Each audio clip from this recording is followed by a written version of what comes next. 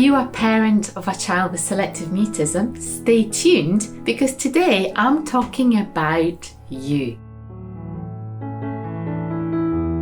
In today's video, I've got some valuable insight to share with you if you are a parent or a carer of a child with selective mutism. So let's start and dive in.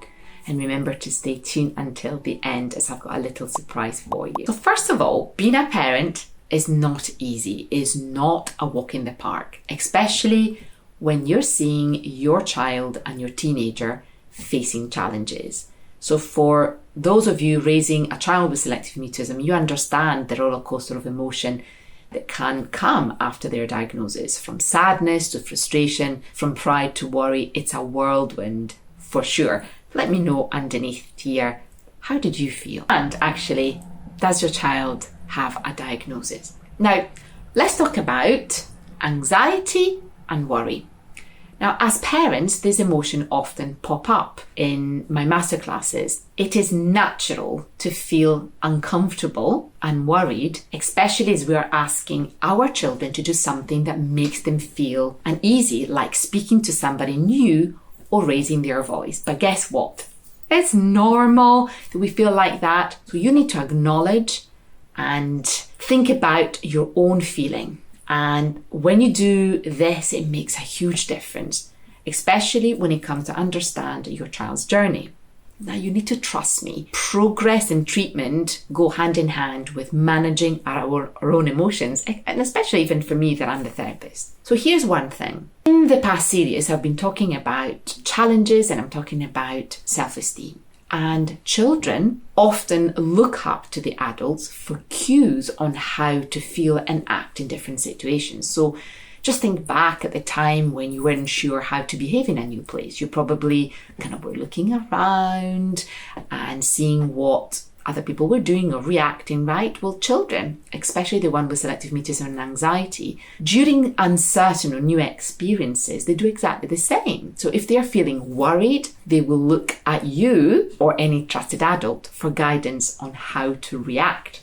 So it is really important to consider the impact of your own emotions and how they can have that impact on the little one's progress and treatment. We know that giving children with selective mutism opportunity to speak with new people in new situations is key to fostering their comfort and confidence. Now, if you are struggling to manage your own anxiety during those sessions that we call exposure or practice sessions, our children will pick up on it. And unintentionally, they might think that speaking is scary or too difficult, so then they can't do it. What does your child say?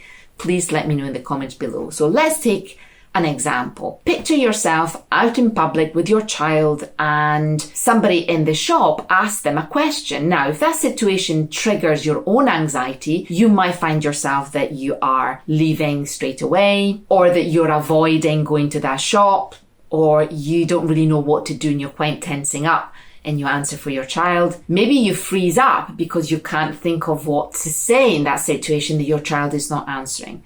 Or perhaps you're so uncomfortable with your child's silence that you communicate completely on behalf of your child. Does that sound familiar? What do you do? Now, you might be wondering, but why does it really matter what I'm feeling or doing if my child is working with you, Anna, or with any other therapist? Well, let me tell you, evidence-based treatment provided by trained clinicians like ourselves can work in an amazing way. However, it's equally important for us or for parents to support the child's progress outside the therapy session. So it's almost like a football player only practicing during training sessions. It's just one workout. So making progress outside of therapy depends on the opportunities and support as parents you can provide. So that could be, for example, going and buying an ice cream, or going to the park and, playing and chatting outside, going outside and to the restaurant. It's absolutely vital to practice new skills outside the therapy setting and your child is then building confidence, self-esteem. Remember that I have a whole playlist of videos about how to boost self-esteem. So what do you do when you feel so stressed? You can do deep breathing, mindfulness. You can say yourself, I am helping my child to get stronger. So you're using that mantra. Those type of strategies, and whatever works for you, benefit two sides of it. That strengthen your coping skills, but you're also providing a positive model for your child. They will be picking up on that. So when your child is watching you using coping strategies, is going to copy. That is why I teach my family dynamic approach using the brave muscle method. But trust me, your progress is the same as the one of your child. You need to remember that as an adult, if you find that your own anxiety symptoms are interfering with your own abilities, go and seek for a support for yourself. So I hope you have found this video useful, and check in with yourself. Where are you in this journey? So please subscribe, because that really helps me to run this channel. I'm going to wait for you to join the waiting list for my course, Steps to Brave Talking, that is only open a few times in the year. Let me know, comment, share, and remember, every day is a new day, but you make your own sunshine. I will see you in the next video.